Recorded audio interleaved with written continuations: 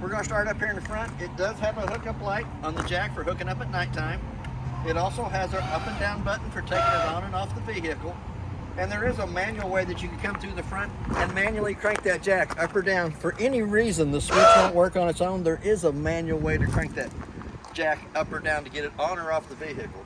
It also has two 30-pound propane cylinders that are full except for what they use to service the trailer. It has one new 12-volt battery on the front of the unit. Does have a 30-amp fusible link, so if you don't have any 12-volt on the inside, check that fusible link there first. That's the first fusible link from the batteries back to the unit. You also have a gas regulator that's pointed towards that tank over there, showing you green inside the eye that the bottle it's pointed to has gas in it. Whenever the gas bottle would happen to go empty, it's going to turn red inside that eye. If you have the other cylinder already open, it'll automatically pick up from this side over here. Still going to show you red inside the eye that the bottle it's pointed to is empty, but it will automatically pick up from this one over here so you don't lose your gas service in the middle of the night. So we're going to start over here and come down the off-door side. It does have a through compartment from one side to the other. It does have the little clips up on the top that holds it in. There is a manual crank handle on the other side. We'll show you that when we get over to that side over there. But it does have a light above each compartment. A little push button turns them on. That was wired in later. It also has 4 BAL jacks on all 4 corners. That is a 3/4 inch socket.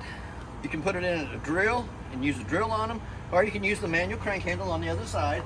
And as we start down this side here, it does have slide toppers above each slide ring. The lug nuts on the trailer have been torqued at 100 foot-pounds. It's got brand new tires on it. The tires are air to pressure is probably 80 pounds on the side of the tire cold. We also have a cart cable hookup on the outside. It has an outside shower that gives you hot and cold running water to this side of the unit. You got your city water connect that you can hook to with a water hose and regulator and never have to fill the fresh tank on the other side. Work right off the water pressure going through that. It has a 30-amp power cord. Just plugged into the 50-amp over here to the side. We got our termination valve next. The front valve is your gray valve, which will be your kitchen sink, bathroom sink, and shower water. Then the black handle in the back behind the termination valve is the toilet water only. It's marked black holding tank. Front one's marked gray holding tank. Then we come up to our second BAL jack on this side over here. And those are stabilizer jacks too. They are not for leveling side to side. They are for stabilizing the unit while you walk through the center of it. We have our 2 low water drain points here in the very back of the unit that are used for winterizing and dewinterizing of the unit. And you can also pull them in between trips so that the water doesn't get stagnated inside if you're not going to use it for a long period of time after that. As we start down the door side, we have our third stabilizer jack. We have the outside of the hot water heater. It has a 13/16 plug in it for draining the hot water heater. Looks like it is a gas-only hot water heater. And it does have a 3-valve setup on the back of it. I'll show you that when we get to the inside. Just got to kind of line up that little button right there, slide it back in, pull it over, and lock it in place. And it also has a clear eye on the outside that you can actually see that hot water heater burning from the outside without taking the lid off. As we start down this side over here, we got our refrigerator next. Refrigerator works 3 ways: 12-volt, 110, and propane. It only cools down on the 110 and the propane side of it. The 12-volt is just for in case it would lose 110 power coming to it. The 12-volt kicks in and automatically kicks it over and lights it on gas. That way you don't lose your food in the inside of your refrigerator. Outside of your furnace is next. It already has the mud dauber cover over it. I always suggest putting the mud dauber cover over it. It's worth its weight in gold if you ask me. Keeps the mud daubers from going inside the furnace and building their little dirt nest on the inside, which causes your furnace to cycle improperly. We also have a 110 outlet on the side out here underneath the canopy. So if you wanted to come out, plug a radio in, listen to the ball game. It also has the stove vent up at the top that has 2 little tabs on the side of it that have to be turned over the top of it to keep it in place while you're traveling down the road. But when you get to wherever you're going, if you want, not that you burn your food, but if you want smoke to come from the inside of the trailer to the outside, we'll pull those 2 little tabs down, allows that flapper to flap to pull smoke or smell from the inside to the out. Also has a freshwater tank fill on this side over here, so that if you're not at a park where you have city water hookup, you can fill your freshwater tank on this side over here. Does have a drain, a little white pitcock down here at the bottom. Will drain the freshwater tank out. And right in front of that, there is a propane connection. If you had an outside grill, barbecue pit, fish fryer, whatever you wanted, if you had the quick disconnect on it, you can hook right to that. Working off your propane cylinders on the front gives you gas to this side of the unit over here. We're going to skip right past that door for a minute. We're going to go up to the front compartment. We do have a fourth jack on the front up here. We're going to lift it up. This is your handle for the balance jacks on all four corners. We do have another hookup light up here at the top. So we're going to go back to the front door. It does have a set of pull-out steps. They're pretty simple, pretty easy to use. They just fold up out of the way. But when you get to it, you're going to grab it by the handle in the center. You're going to pull it out, let it fall down. Another handle underneath it pulls up. You don't want to put your hand on the top because it'll drag your knuckles. Let it fall down. This handle will be across the door. You open it up, so you got a grab handle to walk into. We're going to go to the inside of the unit. As we step into the unit, it does have a working fire extinguisher on the left-hand side as we step in. We're going to go all the way up to the top. It does have an electric awning on it, so we're going to extend that out.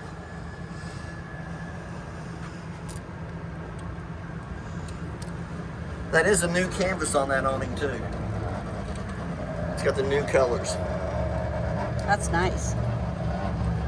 It's always nice to have shade out in front of your camper. Now as it's rolling out, it does have a skirt on it. It should hang straight up and down when it's all the way out. We do have a pinch point on each one of the arms in the back. So you can put the pitch of the rain going off the back or front of it, either way you wanted to go with it. We're going to come right up to the next switch right beside that, which is our slide ring to run our main slide out.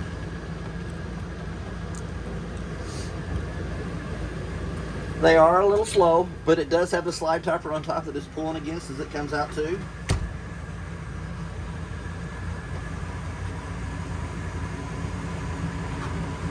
But it opens it up and makes it more spacious on the inside. It's always good to make sure there's not a vehicle parked up along that side, or a tree, or a carport too close to it. We had it out here already, so we know it'll go out. Once it goes out, it'll ratchet. When you hear the ratcheting, let off the button. It's not going to go out any farther because the motor is bouncing on the bar. So we're going to come underneath here. The first light switch on the left-hand side turns the center all lights on in the living room kitchen area. Second light switch turns your little amber porch light on the outside of the unit. You also have a 110 outlet behind the kitchen sink that is also GFCI protected by the outlet in the bathroom. Then we're going to come down to our monitor panel. We can check our battery life. Shows you the battery's fully charged. Freshwater tank is going to show you that there's 2/3 of a freshwater in the tank itself. Black tank's the same way. It's 2/3 full. It's going to be dumped before you come and pick the unit up. And then your gray tank's empty. Your gray tank's going to be your kitchen sink, bathroom sink, and your shower water. The red buttons right down below that. The first one turns the water pump on between the freshwater tank and the faucets so that we have water. Your hot water is going to be on the left side of the faucet. Your cold water is going to be on the right, so I'm going to turn it back off. Your second one is the gas side of the hot water heater. When you turn it on, the light illuminates red, showing that it is on gas. The second one back, and it is electric too, so you do have an electric button over here. But before you turn it on electric, you want to make sure that the hot water heater is full of water before you turn it on, which I'm pretty sure it is, so we're going to turn it on, and it'll illuminate red when it's on. Go back to the gas ones, they all illuminate red when they're in the on position. The light above the sink has to be turned on by hand, has a little push switch on the side of it to turn it on. It has a stopper in one side of the sink. It does have pretty good sized spacious cabinet space up above for lots of snacks, and I'm all about the snacks. I love my snacks. We're going to come down underneath it. It does have a carbon monoxide LP detector. Carbon monoxide LP detector to the side of that.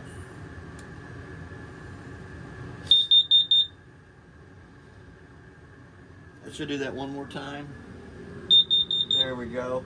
It does have another 110 outlet that is also GFCI protected. The sticker's kind of rubbed off on it. Pretty good sized cabinet space underneath. Lots of extra little goodies. Soap, dish towels, anything else. I wouldn't put my snacks down there, but it does have a 3-drawer top drawer for silverware. Second one, pretty good size. You can put a lot of little goodies in there. I always call them a junk drawer. Then you have one for your towels, wash rags. We're going to go all the way back up to the top to the microwave. The microwave has a clock button on it. You can hit the clock button. Let's say it's 3:30. Hit the 3:30 again, hit the clock button again till the 2 center eyes is solid. The only reason I set the time on the microwave is once I get it set up, I leave for a long period of time. If I come back and that doesn't have the right time, I usually can tell that it's lost 110 power coming to the unit. So the first thing I do is I go in and I check my food service to make sure I still got my good food. It's frozen at the top, not in the bottom. But anytime it doesn't have the right time, it tells me that it's lost 110 power coming to it sooner or later. Right down below that, we have a light for the stovetop and a fan. For that fan to work properly, the 2 tabs on the outside vent hood range have to be lifted up, allows that flapper to flap. Not that you burn food, but if you wanted to pull smell, smoke, or anything from the inside to the out, that flapper on the outside has to be opened up, allows that flapper to flap. The stovetop is going to fold up out of the way. We're going to turn it to the highlight position using the striker on the left-hand side to light the stovetop. Presto, it lights. We're going to turn it up to high. All 3 burners on top should light off the striker on the left-hand side. Presto, they lit. We're going to turn them right back off because we want to lay that top back down over the top of it. You don't want it getting too hot before you lay this back down. But now when we go down to the oven side of it, I'm pretty sure that you have to turn the button to the pilot side, push down on it, light with a long lighter or match. There we go. You're going to let that pilot run for just about a minute, which actually heats the thermocoupler right above it up. Once the thermocoupler comes up to temperature, then you can dial the temperature up on it for lighting the oven. There we go. Got her lit. Then you can set it for whatever temperature you want for cooking your biscuits, your brownies, your cakes. We're going to come right down below it to the big cabinet. It does have a water pump on the left-hand side that does have a 2-valve bypass on it for winterizing. The one coming up out of the floor has to be shut off. The one with goes to the hose here has to be in the on position. Stick it down in your antifreeze jug. Kick your water pump switch on. Sucks antifreeze from the gallon jug all through the system of the unit. But it is in the normal operating position now. The hose is closed off. The one coming from the fresh tank up is in the on position so that it will pick up water from the freshwater tank and bring it up to the top. We're going to come back to your refrigerator. It has an auto button, which the auto side of it is the electric. It has an off and then a gas switch on the side over here. Then you'll have 2 lights, the on and the gas. For any reason that refrigerator does not light on gas, those lights will start flashing. It says gas, check if flashing that it did not light. You can dial your temperature up on it. I usually run it about 3 or 4, usually about 4 when I'm first starting out to get the refrigerator good and cold. Then you can usually turn it back to 3. It does have pretty good spacious size on the inside, top and bottom. And it is already cold on the top. And it's only been plugged in for about a half hour. But for the refrigerator to stay cold, you really need to run it overnight before you put your food in it so you don't lose your food service in the middle of the night. It does have pretty good size pantry off to the right hand side of it. Lots of snacks there. It does have a closet right behind it, pretty big and spacious. There's room for pillows and blankets up top and clothes at the bottom. Big drawer right down below that. Now when we go into the bottom of this cabinet, accesses you into the back of the hot water heater. The hot water heater has a 3-valve bypass on it. The one at the bottom feeding cold water to it is in the on position. The one at the top letting the hot water come out from the top is in the on position. The white valve in between it's shut off. That way you don't get hot and cold running water. You either get hot or cold. They turn just the opposite way when you get ready to winterize. The top one and bottom one get shut off. The white one in the center gets turned in line with the line so that the antifreeze makes a loop at the back of the hot water heater so that you don't have to fill the hot water heater with antifreeze. Still has to be drained on the outside. I'm gonna come back up here. I'm gonna run the bunk room slide out. It has its own separate switch.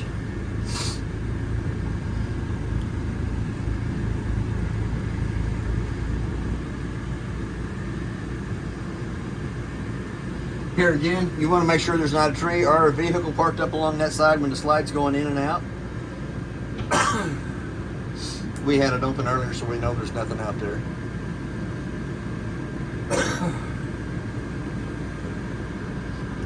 Does have the little bunk on the top that can be lifted up out of the way so that you can use the bottom bunk for a bigger bed. Does have a fire escape window in behind it. 2 red handles, lifts up, allows this window to open up fully.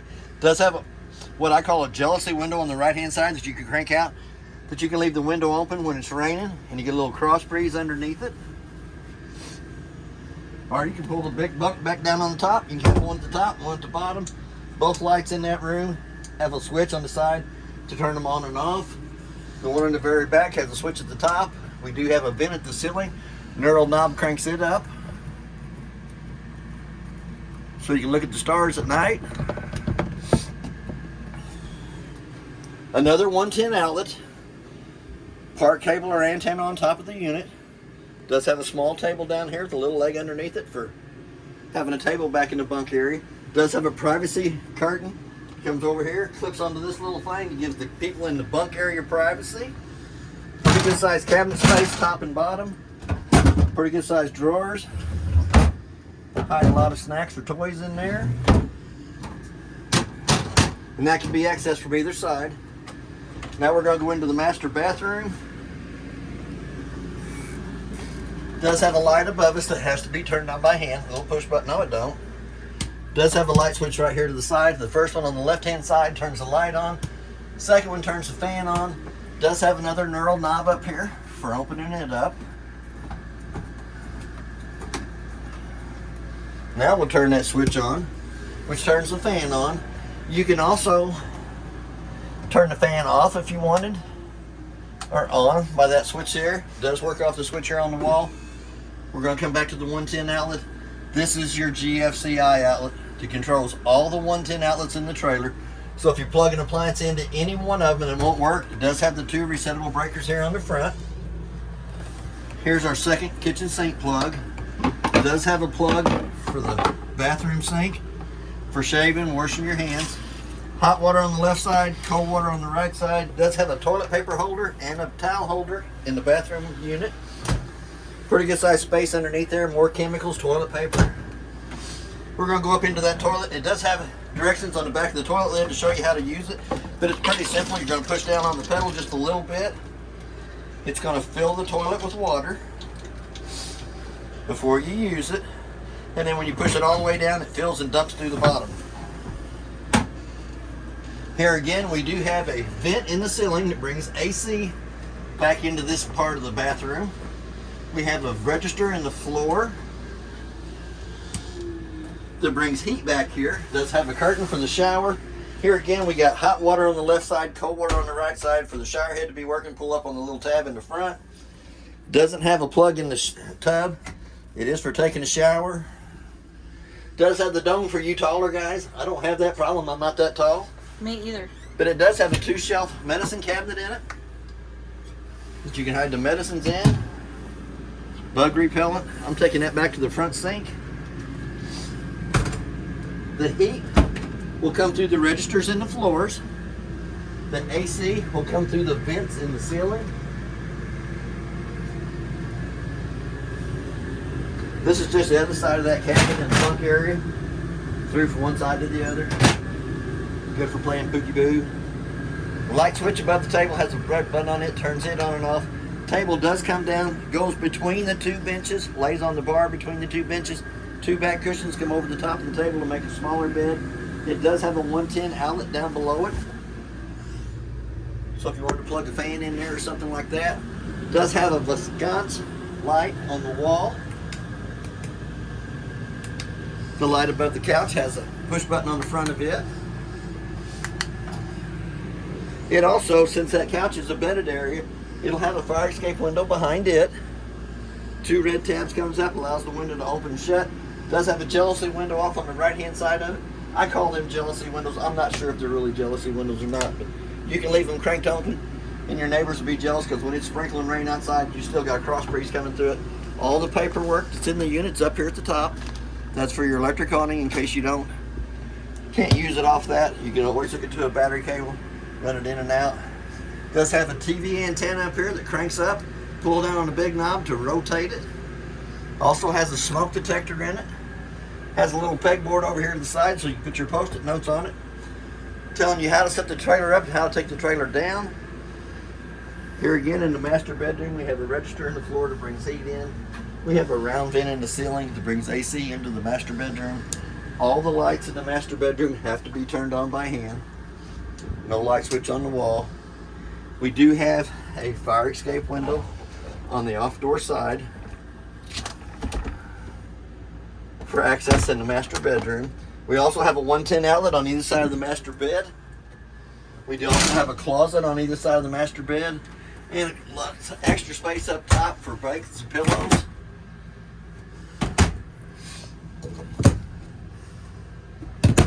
Another narrow knob in the vent in the master bedroom cranks it up so you can see the stars at night. Doesn't have a fan in it, just has the manual crank up on it. Second TV. There is a place on the wall behind me here to put a TV, hooks to the park cable or antenna, and a 110 outlet to plug it into. Does have a privacy door between the master bedroom and the living room kitchen area, and it should have full storage up underneath the bed. There's where your pillows and blankets are, and the struts need to be hooked up underneath the bed so that you don't have to lift that heavy mattress. But that's basically everything on your unit. If you have any, well, you got your second TV here in the living room area. Does have a TV antenna booster behind it that has a red or a green light on it indicating that it is working. A 110 outlet to plug it into. And it will rotate. Right down below that there is the inside stereo. Little black button at the bottom turns it on. There we go. We do have speakers inside and out.